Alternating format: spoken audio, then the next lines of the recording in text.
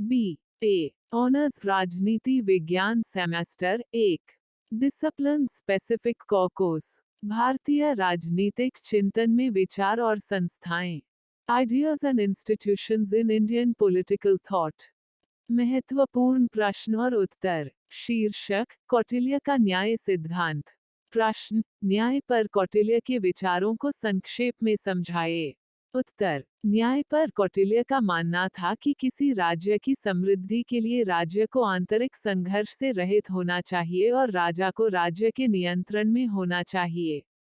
इस आंतरिक शांति को बनाए रखने के लिए वह कानून के न्यायोचित और यथार्थवादी शासन में विश्वास करते थे।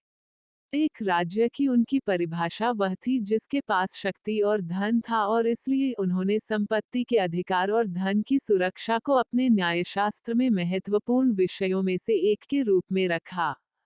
वास्तव में उन्होंने इस बात की वकालत की कि कोई व्यक्ति जुर्माना अदा करके शारीरिक दंड से छुटकारा पा सकता है। कौटिल्य इस बात पर भी मानवाधिकारों को बहुत महत्व देते हैं कि आक्रमण किए गए शासक और उनके मंत्रियों के साथ कैसा व्यवहार किया जाना चाहिए वह आपराधिक न्याय और युद्ध न्याय की गहरी समझ दिखाता है। आश्चर्य की बात यह है कि कौटिल्य जैसे कठोर और यथार्थवादी व्यक्ति के लिए वो युद्ध में पराजित लोगों के प्रति दया दिखाता है और उनके प्रति मानवता और न्याय की सिफारिश करता है। वह सोचता है कि युद्ध और शांति के मंडला ढांचे को बनाए रखने के लिए यह महत्वपूर्ण है। वह वकालत करता है कि पराजित राजा के साथ सम्मानपूर्वक व्यवहार किया जाना चाहिए और उसे सहयोगी बनाया जाना चाहिए। वह सोचता है कि पराजित राजा को सलाह देने वाले प्रमुख लोगों को मौन युद्ध के माध्यम से समाप्त कर देना चाहिए। कौटिल्य का मानना है कि कानून राजा के हाथ में होना चाहिए और जो दोषी है उन्हें दंड दिया जाना चाहिए ताकि राजा सामाजिक अशांति और दुख से खुद को बचा सके। उनका मानना है कि सजा अंत का एक साधन है और इसे अपराध के कमीशन को रोकने की जरूरत है। कौटिल्य भी एक सुधारक थे जहां उन्होंने सोचा था कि दंड एक व्यक्ति और इसलिए एक समाज को सुधार सकते हैं।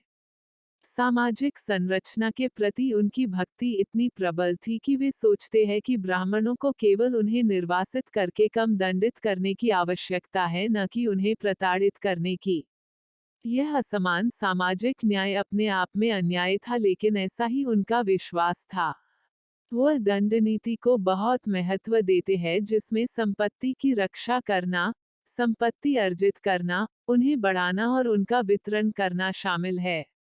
वह सोचता है कि न्याय संप्रभुता का एक महत्वपूर्ण घटक है और इसे राज्य द्वारा संरक्षित करने की आवश्यकता है और अंतिम जिम्मेदारी राजा की है।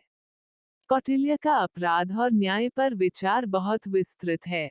वह अलग अलग दंडों की वकालत करता है, चाहे वे सार्वजनिक कार्यालय, नागरिक अपराध, यौन अपराध, धार्मिक अपराध आदि में किए गए अपराध हो।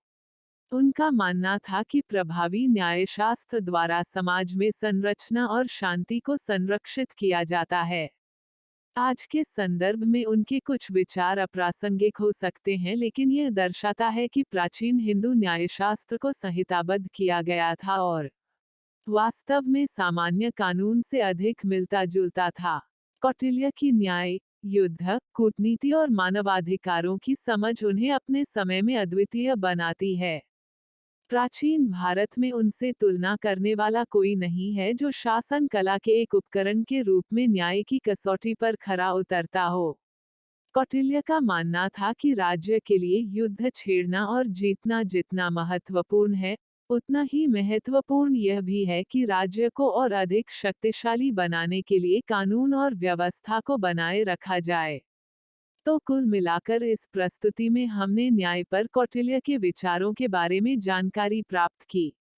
प्रस्तुति समापन आपका धन्यवाद। Disclaimer: This notes has been made after a lot of research, yet the accuracy of the answers may vary. The author assumes no responsibility or liability for any errors or omissions in the content of this notes. The information contained in this notes is provided on an as-is basis with no guarantees of completeness, accuracy, usefulness or timeliness.